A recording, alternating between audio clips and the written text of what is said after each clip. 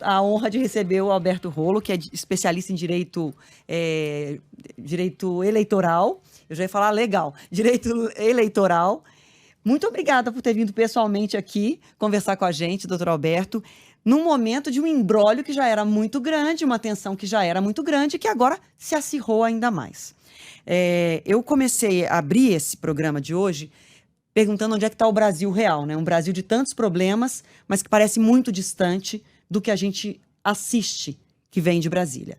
A primeira pergunta que eu queria fazer para o senhor é, como um conhecedor profundo das leis, existe uma razão para que o presidente da República alegue, entre os motivos para conceder esse perdão ao deputado Daniel Silveira, uma legítima comoção nacional? Existe legitimidade na decisão do presidente da República? Então vamos lá, Adriana, agradeço o convite mais uma vez, né, de estar aqui na casa, agora presencialmente, não mais pela internet, né, no rádio com imagem.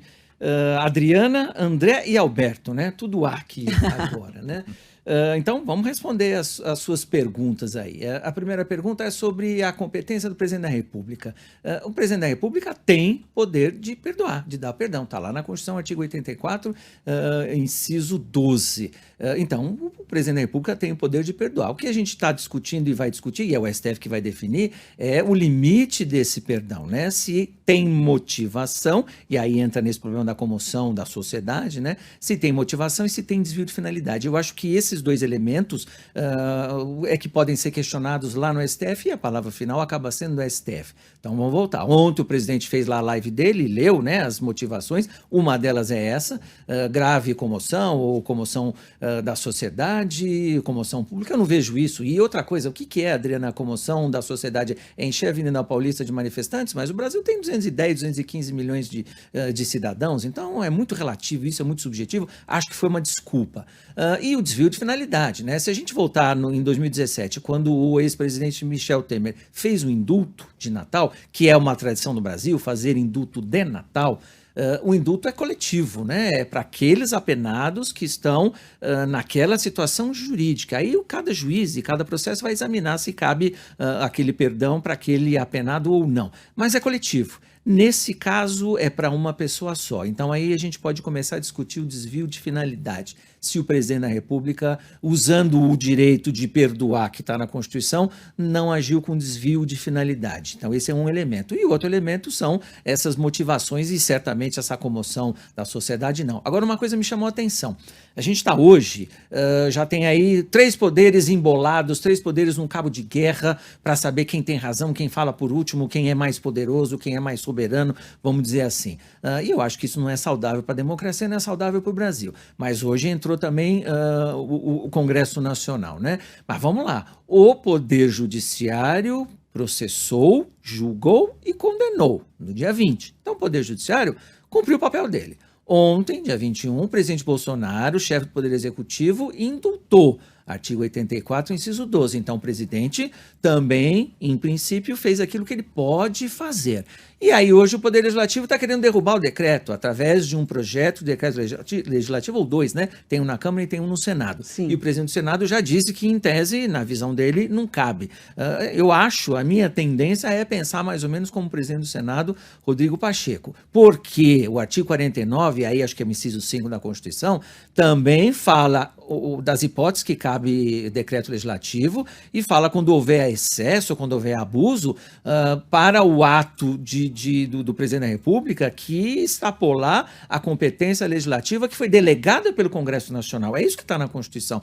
E eu acho que nesse caso não houve essa extrapolação. Então o que sobra para a gente discutir lá no STF, aí vamos falar das ações da ministra Rosa Weber, da reclamação do senador Renan Calheiros, são a motivação, os atos motivadores e eventualmente desvio de finalidade. Em relação ao desvio de finalidade, já tem um precedente, se eu não me engano, do ano passado, quando o presidente Bolsonaro, o mesmo presidente Bolsonaro, quis nomear o secretário da Polícia Federal, o diretor da Polícia Federal, acho que o cargo é esse, diretor, uma determinada pessoa, e aí o STF foi lá e disse, não pode, porque você quer indicar um amigo, talvez para defender a sua família, talvez para defender os seus amigos, então isso é desvio de finalidade. Competência para indicar o diretor da Polícia Federal é dele, mas não pode agir com desvio de finalidade. finalidade. Então, se a gente aplicar esse mesmo raciocínio agora, competência para dar perdão é do presidente. Mas se ele deu esse perdão com desvio de finalidade, isso também é inconstitucional. E aí o STF vai poder agir da mesma maneira, vai dizer que esse ato é nulo. Vamos ver, tá lá com a ministra Rosa Weber. Ou seja, se o Supremo entende que houve um desvio de finalidade, que o presidente usou de um instrumento que é legal, que ele tem direito a usar, mas usou para proteger um amigo, um aliado político, para esticar esse cabo de guerra com o Supremo, para ter ganhos políticos e eleitorais nesse embate, se o Supremo entender que houve esse desvio de finalidade e derrubar o decreto de indulto, é a palavra final. Ou há outro instrumento que o presidente ainda pode recorrer a um outro instrumento que manteria esse embate? Eu entendo que sim, Adriana, porque a palavra final sobre a interpretação da Constituição é sempre do Supremo.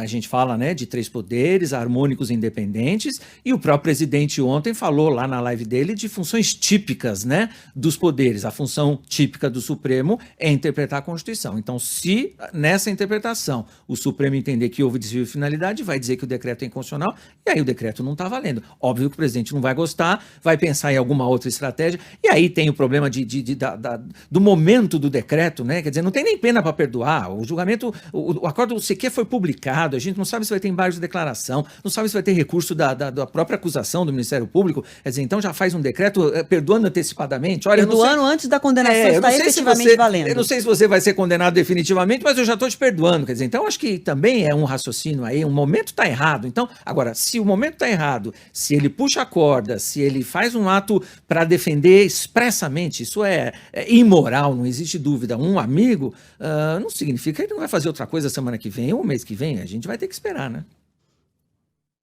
Doutor, a gente tá falando de quanto tempo de imbróglio ainda? Eu acho que as pessoas, eu pelo menos não aguento mais, cada vez que a gente acha que a gente vai dar uma respirada, chega alguma coisa nova. Quanto tempo o senhor imagina desse imbróglio ainda envolvendo o Planalto e STF? André, com certeza nessa fase de pré-candidaturas, né, de pré-eleição, a gente devia estar discutindo programas, melhoria na educação, na saúde, preço da gasolina, desemprego. É isso que a gente teria que estar discutindo aqui, e não o deputado Daniel Silveira, se é amigo, se não é, se perdoa, se não perdoa. Essas ações que foram impetradas hoje, a DPF, já estão com a ministra Rosa Weber, ela vai ter que decidir em sede liminar nas próximas horas, 2, 3 dias. Eu acho que segunda-feira a gente já tem uma primeira decisão e depois leva para o plenário. O ministro Fux, que é o presidente, é que vai pautar isso. Então, isso tem pressa, né? E a reclamação também do senador Renan Calheiros também vai ter uma decisão também prontamente. Agora, infelizmente, André, eu acho que a gente resolve essa situação agora. O STF vai se pronunciar, seja a ministra Rosa Weber, sejam os demais ministros, mas eu não sei se a gente vai resolver esse imbróglio, não. Para abrir o próximo capítulo ali adiante, né? Exatamente. Eu não sei, porque agora a gente tem os 3 poderes envolvidos. Tem o STF que condenou, tem o presidente que perdoou e tem o legislativo que quer derrubar o decreto do presidente, que eu também não sei, é o que a gente falou, eu não sei. O presidente do Senado disse que não cabe. E tem que lembrar o seguinte, projeto de decreto legislativo, tanto na Câmara quanto no Senado, quem vai pautar são os respectivos presidentes. Então, pelo que eu entendi do presidente do Senado, ele não vai pautar esse projeto de decreto legislativo nunca lá. Vamos ver o presidente Lira na Câmara. Vai deixar o Senado pensa em deixar a decisão para o STF, que te parece o que cabe realmente. Me parece que sim. O STF dá a palavra final se derruba ou não esse perdão ao Daniel Silveira. Agora, do ponto de vista eleitoral, porque não foi uma condenação, digamos, num placar apertado, um julgamento que terminou com uma polêmica muito grande, que havia, de alguma forma, uma dúvida, uma divisão entre os ministros. Vamos lembrar que o Daniel Silveira foi condenado por 10-1, porque os 10 ministros, somente Nunes Marques considerou que ele era inocente, os 10 ministros concordaram que ele é culpado, a única divergência foi que André Mendonça não concordou com a pena. Mas aí no debate em relação à condenação de 8 anos e 9 meses, foi 9-2. Mas 10 ministros consideraram, dos 11, 10 ministros consideraram que ele cometeu um crime de incitar a violência contra o próprio Supremo, contra a Justiça Eleitoral. Mantida essa condenação, que como o senhor disse, não está nem finalizado o processo de condenação, mantida a condenação, independentemente de derrubar ou não o perdão do Bolsonaro, mantida essa condenação, o senhor considera que na Justiça Eleitoral ele está fora da eleição que ele pretendia disputar o cargo de senador pelo Rio? Sim, Adriana, não tenho nenhuma dúvida, ele está inelegível. Vamos lembrar, a lei da ficha limpa fala que as condenações por órgão colegiado em determinados crimes, então são 10 tipos lá, são número 1 a 10, e um dos crimes é esse que houve a condenação do deputado Daniel Silveira, ele está inelegível a partir do julgamento. Então o julgamento já aconteceu, não finalizou, mas já aconteceu, embaixo da declaração não vão mudar de condenado para absolvido. Pode mudar a dosimetria da pena, um ano para cá, outro ano para lá. Da multa. Da multa, então a condenação está mantida. Então a lei da ficha limpa é clara. Quem for condenado por aqueles crimes, e um dos crimes lá, dos capítulos é crime contra a administração pública, e é o caso, então está inelegível já, ponto. Então, a partir de agora ele está inelegível. O que a gente pode pensar ou discutir é que o presidente Bolsonaro, no decreto, quis abranger também esse perdão, né?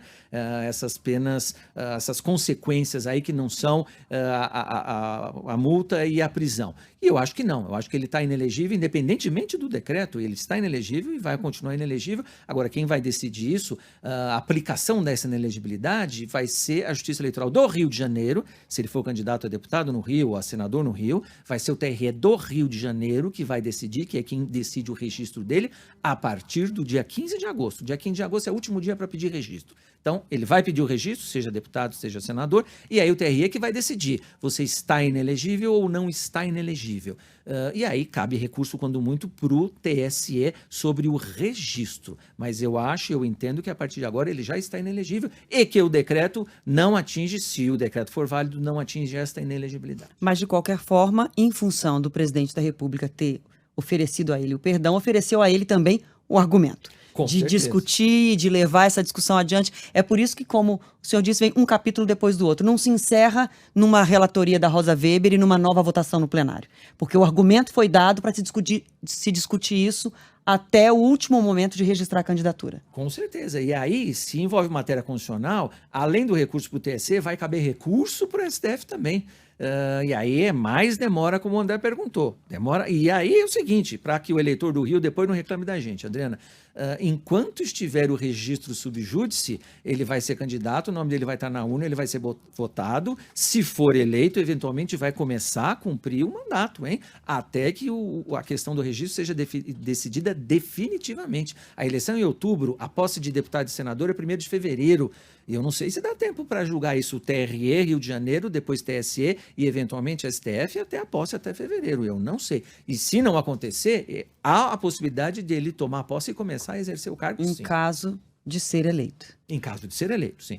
Bom, temos muito a conversar pela frente. Sim. E onde está o Brasil real, doutor Alberto? Com certeza. O Brasil real é aquele que devia estar discutindo melhoria na qualidade da educação, qualidade da saúde, discutir inflação, discutir desemprego. Era isso. É esse o Brasil real que tem que discutir, porque a gente vai ter eleição agora em outubro. Era essa a pauta, e não saber se o Daniel Silveira é bom ou é ruim. Tudo bem, já foi condenado, acabou, cumpre a pena e pronto. Vamos para o Brasil real e vamos para os assuntos que interessam, Adriana. É isso. Muito obrigada pela sua participação. Vamos ficar sempre em contato, porque vamos precisar bastante de ajuda ao longo dos próximos meses para esclarecer tudo. Eu que agradeço mais uma vez essa oportunidade e seja presencialmente no estúdio, seja pela internet, eu estou à disposição. Tamo junto. Inclusive, Muito obrigada. numa emenda de feriado, né, doutor? Muito obrigado, viu?